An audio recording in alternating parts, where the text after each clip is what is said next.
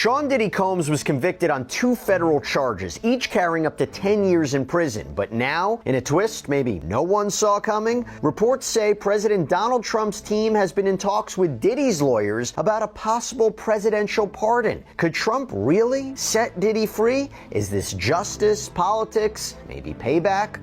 Oh, and by the way, Combs' team just filed papers to have his conviction thrown out and that he be granted a new trial, making a lot of arguments, including that he's protected by the First Amendment? No one saw it coming. Not the media, not the prosecutors, not even Diddy's own legal team. After weeks filled with silence, confusion, courtroom drama, and handcuffs, a new and unexpected name suddenly entered the picture. And it wasn't just any name. It was Donald Trump. This whole criminal trial, 7 weeks of testimony and a verdict that ended in Sean Diddy Combs' conviction on 2 federal sex crimes charges. Could he be pardoned by the President of the United States? You know, that is a question that came up a lot when we were doing the live streams of the Diddy trial every day on YouTube. I never really considered it as a real possibility, but I'll tell you what, now, based on current reporting, we may have to take this seriously. Oh, and in terms of relief for Diddy, we also have to get into his defense team's new memo that they filed arguing that his conviction should be thrown out, or at the very least, he should get a new trial. We're going to talk about that too. And by the way, let me tell you, we have an amazing guest who I'm going to be bringing on in a little bit, somebody who actually helped secure federal pardons for his clients, including from President Trump, and is an expert in criminal law, has been following this case from the very beginning. I'm going to bring him on in a little bit. But why do I say that we have to take pardons seriously now? Why? Well, TMZ has reported that President Donald Trump's administration has been talking to Diddy's legal team about a potential pardon, a forgiveness for a federal crime. It's enshrined in the Constitution. Article 2, Section 2, Clause 1, the president shall have power to grant reprieves and pardons for offenses against the United States, except in cases of impeachment. And according to TMZ, his decision to pardon Diddy may be determined based on if Judge Arun Subramanian grants Diddy bail, which, by the way, we dedicated a whole sidebar to the other day. His team just filed a brand new letter with the court asking for him to be released. I broke it down, discussed all those arguments. But TMZ also has reported that the pardon decision could also come down to how Diddy is ultimately sentenced on October 3rd. And remember, he was acquitted of racketeering and sex trafficking, but he was found guilty of the 2 counts of transportation to engage in prostitution, the Mann Act violations, namely transporting his exes, Jane and Cassie Ventura Fine, and men across state lines for the purposes of sex work. Each charge carries up to 10 years in prison, although I'll tell you, in a prior filing, the government was looking at roughly 4 to 5 year prison sentence. Mind you, this is before a pre-sentencing report has been prepared for the court, which does a full background check and analysis of Diddy's life and crimes. Now, the defense would definitely love time served and he gets out, or 21 to 27 months. And remember, at the time of sentencing, he'll have been locked up for a full year, so he'll get credit for that. And the judge has discretion here because there's no mandatory minimum when it comes to these charges. But anyway, as you know, we have been following this Diddy story since it broke, 2 years ago? Yes, that former president, the man who once held the highest office in America, was now stepping right into the chaos surrounding Sean Diddy Combs. And when the news broke, it didn't just make waves, it exploded. In the midst of a legal firestorm, with Diddy already convicted on charges that sent shockwaves through the industry, rumors had been circulating about possible appeals, delays, maybe even a retrial. But no one, absolutely no one, expected Donald Trump to be the one trying to drag Diddy out of the wreckage. It began as a whisper, an anonymous source, a closed-door meeting, a few discreet phone calls. But within 24 hours, the story had taken over the headlines. Trump pressures state officials over Diddy's sentencing. Former president steps into music mogul's legal battle. Donald Trump and Diddy, when courtroom drama meets political fire. NN. Well, President Trump was asked about this a few months ago before the verdict. This was back in May. And he said when asked about a pardon for Diddy, I would certainly look at the facts. If I think somebody was mistreated, whether they like me or don't like me, it wouldn't have any impact on me. He used to really like me a lot, but I think when I ran for politics, that relationship busted up from what I read.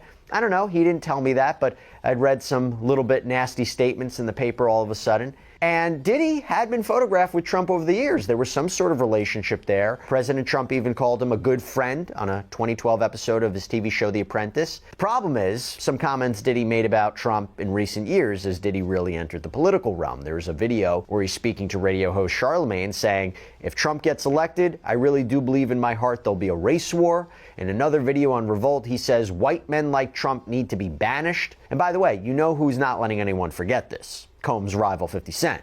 Took to social media recently, wrote, see, Trump don't like S like this, buddy. You run your mouth too much. And Donald doesn't take well to disrespect and doesn't forget who chooses to go against him. While working tirelessly to make America great again, there is no room for distraction. He would consider pardoning anyone who is being mistreated, not Puff Daddy. And let me tell you, the idea of Trump pardoning Diddy is not getting a ton of love out there. Conservative commentator Megyn Kelly posted on X, Trump should not pardon Diddy. He doesn't deserve it. He's a Trump hater. He's a woman abuser. MAGA is already upset over elites seeming to cover for each other. This would not help. GOP struggling with young female voters, most of whom will hate a Diddy pardon. And then you just had other random accounts like America First. What? He's actually considering this? Diddy is a depraved, abusive, sexual deviant who should be spending the rest of his life in prison. If Trump pardons him, he will get absolutely crushed. Who is advising him lately? It's looking like straight up sabotage at this point. There were other accounts that were not in favor of it, although there was this account.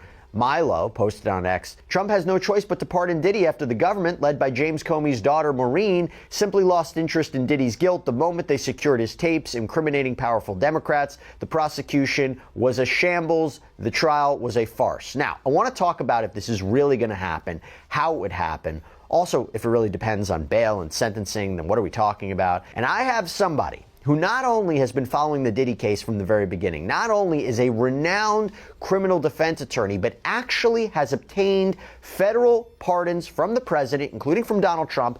By the way, for his clients Kodak Black and Lil Wayne, those were maybe the most notable. I'm joined by Bradford Cohen. Bradford, thank you so much for coming here on Sidebar. Appreciate it. Thanks for having me, Jess. Now, before I even get into the pardon, okay, there was a bit of breaking news before we were going to come on. This is what I want to get your opinion on first. So Combs' defense team filed a memo in support of a motion for judgment of acquittal, or in the alternative, a motion for a new trial. And basically, I know you read through it, but basically the evidence, they would say, is insufficient to sustain that conviction. Their main arguments is really echoing what we've talked about a little bit when it came to the bail analysis, but that his prosecution, his conviction on these Mann Act prostitution charges is so unique.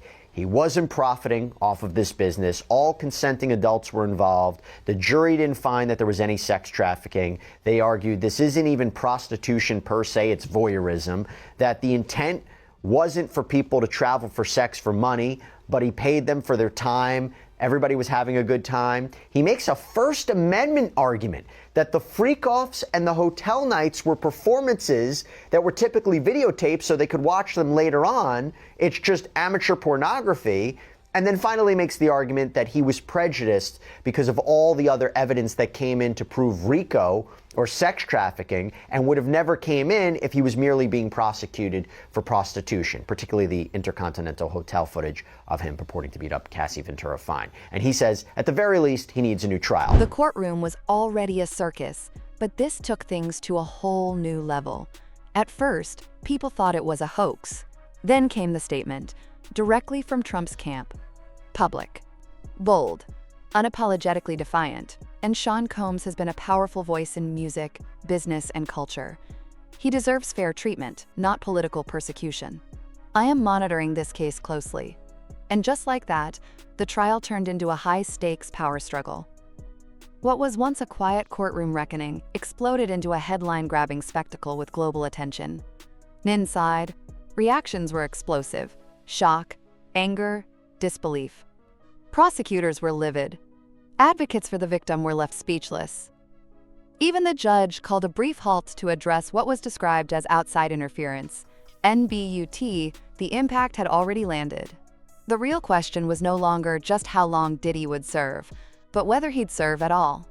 Behind the scenes, his legal team rushed to seize the moment, working frantically to turn the tide. I hand it over to you. You think this is a successful argument? Thank you. I don't know if it's going to be successful in the judgment of acquittal. I think the argument is interesting because everyone agrees he might be the only person in custody right now that has ever been convicted of the Mann Act. The Mann Act, and it gives a nice history of the Mann Act, and a lot of people don't understand what the Mann Act is, but the Mann Act was enacted because of a racist motivation that white women were being recruited by people of color to go across state lines and make money. So actually pimping those women across state lines and making money off of their sexual exploits. Obviously, that's not the case here. It's used so infrequently, it might have been a handful of people were actually charged with the Mann Act. No one in custody currently has ever been convicted of the Mann Act. So it's an interesting argument to say, hey, listen, this Mann Act, the original reason for it was racist. The original way that it was applied was racist. The way it's applied here is incorrect because he was not making any money from quote unquote pimping or getting these women across, or men getting them across state lines. None of that was being done. This was all being done for entertainment purposes. So it's an interesting argument. I don't think this judge buys it. It might be interesting on an appeal, but I don't think the judge is going to give him a judgment of acquittal on those two counts based on the argument. Now, the more interesting argument to me, and it's their last argument for new trial, is that, listen, if you were just going to charge him with these two counts, which I originally said when I looked at all the evidence, and don't forget, I was getting calls during this trial from individuals that were telling me, hey, I have information that exonerates what they're saying against Sean Combs, essentially saying that Cassie and others were participating more than just having sex in a room. They were participating more than that. They were paying people. They were hiring people. They were sending me pictures even when Diddy wasn't around. They were asking me to come over even when Diddy wasn't around. These are what these witnesses were telling me, which is really Brady evidence. And I don't know if that was ever turned over. But the more interesting argument is that all these counts were charged. The only thing he was convicted of were the Mann Acts. And he probably wouldn't have been convicted of these Mann Acts, but for all this other stuff that came in to try and prove these counts that they could not prove and did not have a basis for bringing. Let me just challenge you on that, because this is a jury who didn't find that there was sex trafficking. And I can't confirm that they found him guilty of the Mann Act because of the hotel video or anything else. I mean, it seems to me that they might have convicted him on that based on the travel records, the payment receipts, all about that. Not even necessarily allegations of violence. I mean, do you think that it was because of, let's say, the Intercontinental Hotel video that he was convicted of transportation to engage in prostitution? It always felt to me that they proved that charge based purely on, the documents. Well, I always feel like during a trial, whenever you get a guilty verdict on one of the counts or two of the counts out of 6 or 7, you think to yourself, is it because of these other things that they brought up? How bad he is, he's not a good guy, the video came out. Emergency filings, bail motions, accusations of constitutional violations. One of Diddy's attorneys even dropped the phrase presidential immunity, like some 90s political thriller was unfolding in real life. NTHE public was divided. Some saw it as the final chess move of a fallen icon, cashing in a favor from someone who owed him. Others called it what they believed it was: blatant corruption. A desperate play by two powerful men used to bending the rules in their favor. NBUT Diddy? He stayed silent. No tweets, no press videos, no public outbursts. Just a look on his face when he walked into court. Calm, calculated, like he knew something no one else did. Maybe he did. And tension inside the courtroom reached a breaking point. Journalists packed the aisles. Security presence tripled. Protesters gathered outside, signs raised, some demanding justice, others claiming the trial was a political witch hunt. NBUT through it all, one question echoed in every mind. Why was Donald Trump involved? Then, the bombshell hit. A leaked document. A letter from Trump's legal advisory team sent directly to the governor's office, demanding what they called a full review of Diddy's sentencing. Sometimes juries will split the baby, meaning, there's people that want to convict, there's people that don't want to convict, and they're like, okay, let's convict him on these acts. We can all agree we can convict him on these acts. He's not a good guy. He transported these women these men across state lines. Let's convict them on this. There's always going to be a question of that. The only way to not have a question of that, obviously, is when the jury comes out, someone gives an interview and says, hey, this is why we did it, is because, this tape was so bad and these other incidents were so bad that we were like, we can't just let him walk with nothing. So we convicted him on the Mann Acts. Now, we don't have a juror saying that. Do I think eventually jurors are going to start coming out? Yeah, I think so. I think some of these jurors are going to come out. They're going to want to do some interviews, not before sentencing. And I think after sentencing, I think some of them will come out and we'll discuss it, because I think that was the feeling I was getting from this jury and the reactions they had to Comey's closing, and even the reaction just in general to the 5 or the 6 U.S. attorney team. I think their reactions in general were very noticeable. And I think that this is a jury that wants to talk to people once I think he gets sentenced. Okay, so now let's move on to the pardon discussion. So if he can't get relief from the court in getting the conviction thrown out or a new trial, can he get relief through a pardon? Before we talk about, is this a real thing, what is the process to even obtain a federal pardon? How do you even go about that?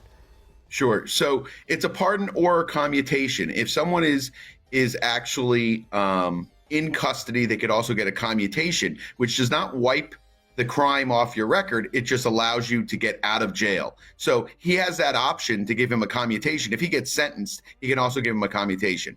But as for the process, there's an application on the DOJ website, and I'm part of some charities that also do a lot of pro bono work for pardons and commutations. You can fill out this form, DOJ website. It essentially lists the reasons why you should get a pardon, what kind of community service you've done, things of that nature. There's a separate application for a commutation, but you can file a pardon application, and you can also say, hey, listen, if it's not a pardon, I'm looking for a commutation. You attach your indictment, you would reasons why you feel your crime was you were unfairly prejudiced or unfairly convicted. All of those things go into the packet. I always try to help people that are filling it out on their own to show them, what to point out. Those type of cases are always heartening, because those people deserve pardons. They deserve commutations if they're in, and it's some sort of crazy drug offense that was brought up in the 90s. All of those things are reasons for pardons and commutations. So is this real? I mean, here's the thing. He is in a much better position to get a pardon or a commutation of his sentence because he wasn't convicted of sex trafficking and racketeering. There is a way to justify this based on some of the arguments I just mentioned that his defense team is making, that maybe he shouldn't have been brought up on this. The Mann Act, not as serious as what he's facing. Is this real? Do you think that this is going to happen, that he's going to get a pardon or a commutation from President Trump? So I don't know if he's going to get one. I do think that it's real because... And an immediate reevaluation of his custody status. That's when it all turned serious. This wasn't just political theater anymore. It was real pressure. And for the first time since the guilty verdict, Diddy smiled. It wasn't flashy. It wasn't smug. But it was unmistakable. A subtle crack in the wall of defeat. A quiet flicker of confidence. The kind you only show when you believe the rules don't apply to you. And maybe, just maybe, they didn't. NTHE courthouse buzzed with whispers. Would the sentence be thrown out? Was a pardon coming? Would the governor fold under the heat? Inside jail, Diddy was treated like anyone else. Strip-searched, processed, assigned an inmate number. But now, as he walked those cold halls, his posture had changed. His eyes looked just a little higher, his steps more certain, like he had a plan. Like someone powerful was pulling strings in the shadows. And maybe someone was. Meanwhile, Trump didn't flinch. At a press conference, he doubled down. I've seen injustice in this country before. This case with Diddy, it smells wrong. Something's going on here. And no evidence. No details. Just a soundbite. But that was enough. Enough to hijack the narrative completely. Suddenly, pundits were at war over whether the case was politically motivated. News networks spun wild theories. Analysts who had never once covered a trial were now picking apart Diddy's charges like seasoned legal experts. And online? The internet went up in flames. Memes, threads, leaks, outrage, support, accusations. Some branded Diddy a criminal. Others saw him as a scapegoat. But one thing had become undeniable. His sentence was no longer just a punishment. It was a symbol of power, of influence, of money. Before, President Trump, whether they like him, don't like him, if he feels something is wrong, and we've seen this happen before in the past, if he feels something is wrong, someone got railroaded, someone was convicted, wrongfully, he will take a look at that. Yeah, Sean Combs has said things in the past that probably were not great. I've read them, but I think that if anyone understands that, I mean, look at President Trump's cabinet. There's individuals on his cabinet. His vice president has said things in the past that weren't great for him. But he understands that people evolve, people change their minds. People understand that there's certain requirements, things that are going on, certain pressures that they're under. And I don't think that would affect whether or not he would grant a pardon or commutation based on things that were said in the past. I think it would be based on what he gets sentenced to, or based on the facts of the Mann Act, that the Mann Act itself, I think, is unconstitutional. I think there's issues the way that it was applied in this case. But from an optics point of view, I don't know, moral point of view, what about everything that came out of trial? The texts, the bruises, the intercontinental tape. It's not like you can say Diddy is totally clean, that he's a complete angel. Yes, he was acquitted of the most serious charges, but the evidence that came out during the course of the trial, wouldn't it be difficult for the president to justify maybe pardoning Diddy? Maybe it is a commutation. Maybe it is, if he gets 5 years, he says, okay, I'm commuting it down to 2 or 2.5. I don't know how it would work, but that's the part that I think people might be struggling with, and what you heard, I think, from Megyn Kelly. And even his own lawyers, no one was coming out here saying that Sean Combs is an angel, that Sean Combs doesn't do anything that is off the wall, crazy. These things, no one is claiming that. And in fact, even during my interviews, when I was saying things that weren't so popular, saying like, listen, he's only going to get convicted of these Mann Acts, I don't think he's going to get convicted of anything. And people were attacking me and saying like, oh, you like, abusers. That's not the point here. The point is to look at the law, apply the law fairly, apply the facts to the law. That's what's important here. And that's what I was doing when I was looking at the case. Looking at this from that standpoint, he's going to have been in for about 15 or 16 months by the time he gets sentenced. It's not like he got a freebie. If he got a misdemeanor battery, he would have served 364 days in jail. If he got a couple charges, maybe he would have served 2 years in jail. If this judge decides to give him 4 or 5 years based on this, do I think that's unfair? Yes. Do I think President Trump would look at that and say this needs to be communed to time served, or communed down to 18 months because he is 15 months in? I think so. I think that would be the fair thing to do. Whether or not he does it, I have no idea. I mean, I don't think President Trump. And now, politics. Behind closed doors, Diddy's team was pulling every string they could reach. Lawyers with ties to Trump's inner circle, lobbyists who knew which lawmakers to call, PR specialists who could flip a headline overnight. And slowly the strategy started to pay off, and a new hearing was suddenly on the calendar. A review panel was formed with unusual speed. A federal judge filed an emergency motion questioning procedural details in the trial. It wasn't a reversal, not yet, but it was movement. And for a man facing years behind bars, movement meant everything. Diddy's smirk grew, because the very system that had just buried him might be cracking open. And now, he had something more than money or fame in his corner. He had power.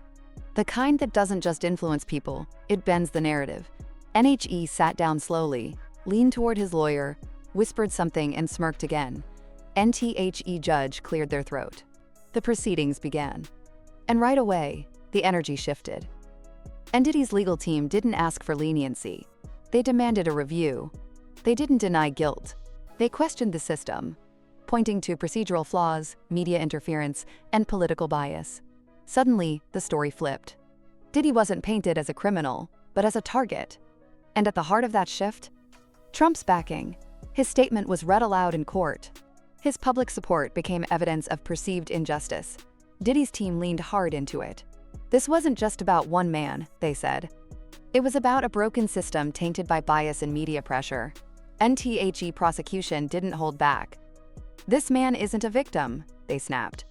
He's a predator who's been shielded by wealth and fame. And now, because someone powerful tweets about it, we're pretending justice doesn't count? NTHE judge didn't interrupt. Not once, just listened. Eyes sharp, hands folded. And that silence said everything. And outside, the streets were on fire. Protesters on both sides filled the sidewalks. Some blasted music, waving Free Diddy signs like it was a block party. Others held court documents and victim photos, demanding accountability. Police were everywhere. Drones hovered in the sky. It was chaos. And inside, Diddy was calm, confident.